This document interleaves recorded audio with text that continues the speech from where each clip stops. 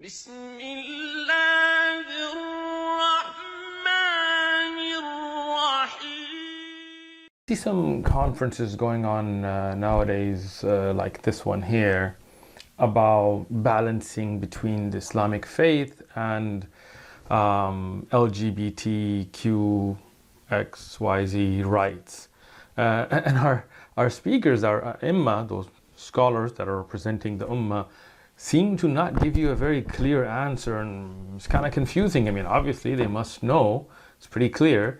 So then I thought about it, and I thought, you know what, maybe they forgot. Husn al-dhan, we think good about our Muslim brothers and sisters, so we assume that they do know, they just forgot. So this is your brother Uthman reminding you just in case you forgot.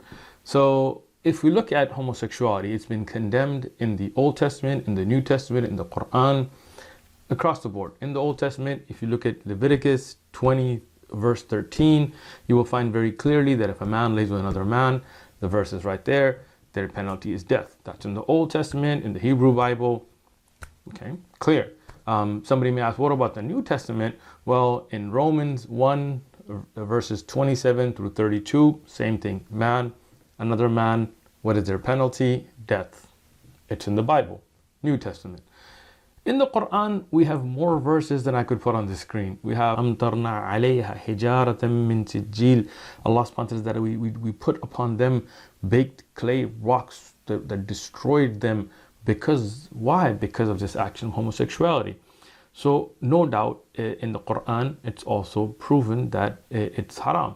Now if we go to the ahadith of Rasulullah sallallahu alaihi wasallam, because we get this question in a conference, what would the Prophet ﷺ doing if he was alive in this time? And like the Christians have, what would Jesus do? So we have the Muslim response to it, I guess, right? As if homosexuality didn't exist in the time of the Prophet ﷺ and he didn't say anything about it. So how would he deal with the situation? Well, let's just be clear. Homosexuality was there, and the Prophet ﷺ was very explicit about how he would deal with the situation. Rasulullah ﷺ, in the hadith that is reported in the Muslim, Imam Ahmad, I'm putting them on your screen, multiple riwayat, hasan riwayat, acceptable, authentic riwayat, where Rasulullah ﷺ said, لَعْنَ اللَّهُ مَنْ عَمِلَ عَمَلَ قَوْمِ لُوط. The curse of Allah is upon. In some of the hadith, it's mentioned in the sigha of dua. The Rasul is calling for the curse of Allah upon them. And others, it's al-khabar, where the Rasul is telling us that the curse of Allah is upon the people who do the action of the people of Lut. Whoever engages homosexuality, the curse of Allah is upon them. So, how would the Prophet deal with this? Well, it's pretty clear, because he ﷺ told us what is our stance on homosexuality. Not just that, if we look at the consensus of the Muslim scholars. We're not talking about where, okay, there's a Hanafi opinion and a Shafi'i opinion. La. Imam al-Dhahabi, in his amazing work called Al-Kaba'ir, about the major sins, I put a scan here for you to see. He says, Ajma', there's a consensus, Ijma'an of al-Muslimun, of the Muslims, and ghayrahum, and other than them, from Ahlul Milal, from the different nations, from the Christians and Jews, all of them are the consensus that the act of homosexuality is a major sin. So there is no disagreement. This is not an issue of some scholars take this opinion. No. All of the scholars are to a consensus, ijma', that homosexuality is haram. Now, people come with, well, what if you have homosexual thoughts? Well, having thoughts is not haram because you can't control them. That is totally understandable. That's why if we look at the hadith of Rasulullah sallallahu alaihi wasallam, reported by Ibn Abbas radiallahu anhuma in Bukhari and Muslim, he said if a Muslim intends a good deed, he will get one full reward even if he is unable to do it because of the intention. And if he does it, Allah subhanahu wa ta'ala will give them, in one of the rawayat, 10 times to 700 times the reward. This is from the blessings of Allah subhanahu wa ta'ala. And if somebody intends to do a bad deed, now here we talk about maybe somebody has homosexual thoughts, they thought about doing this action, but they don't do it. They control themselves, then they will get a full good deed for this. So that tells you having homosexual thoughts or thoughts of bestiality or any other perversion is not a sin in itself, because some people's fitrah gets corrupted and so on, and they have these thoughts and they have to control their actions, and that is the nature of what's considered a sin. Sins are things you're tempted towards and you control yourself knowing that your creator has forbidden that from you.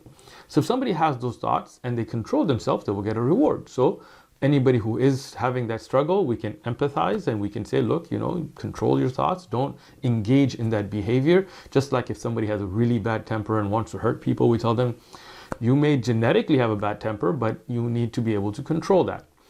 Now, when we talk about genetics, some people say, oh, well, people can't control it. It's just the way people are born. So again, even if somebody is born with that kind of a temptation, then they need to control it. Just like somebody's born with a likelihood of becoming an alcoholic or so on. Genetically, they're more susceptible to alcoholism, but that doesn't mean they should go ahead and get drunk and get in a car and drive and hit somebody and say, well, genetically I was more susceptible to it than others, so I shouldn't go to jail. No, you're still responsible for your actions. Secondly, many of the studies that have been published on this, and I work in the med device industry, I work in the scientific industry, I know, I've read them, they've been refuted. There is a article, I'm going to put a link in the description to a research peer-reviewed scientific journal entry by Dr. Robert Kinney. He's not Muslim. He has a doctorate from Purdue University. He has a master's in philosophy, concentration in bioethics. And he wrote this, and this is published by the National Institute of Health. It's not some right-wing newspaper somewhere or some Muslim publication. It's the National Institute of Health. It's from .gov. And it shows that all of the research that's been put forward does not prove that there is a justification for homosexuality from a genetic perspective. Again, if people say, like, I can tell you which gene causes black eyes and blue eyes, which gene affects, what's the gay gene? Like, what gene makes you gay? There is no such thing. And he writes something, and I'm going to mention something from his summary. He says that one cannot conclude that human behavior is normal simply because it is more common than previously assumed. Otherwise, all human behaviors, including being a serial killer, can be considered normal. One cannot conclude that there is nothing unnatural about a behavior simply because it's observed in both humans and animals. Otherwise, cannibalism would be considered natural. Most importantly, one cannot conclude that a mental condition is not a disorder just because it does not result in maladjustment, distress, impairment in social functioning. Otherwise, many disorders would be labeled as such in error. So what does that tell you? That in fact, there is no scientific evidence that somebody is born where they have to be gay. This is not true. People are born with different inclinations, no doubt. There is nature and nurture. Either which way, you have to control it. So this is about your intent.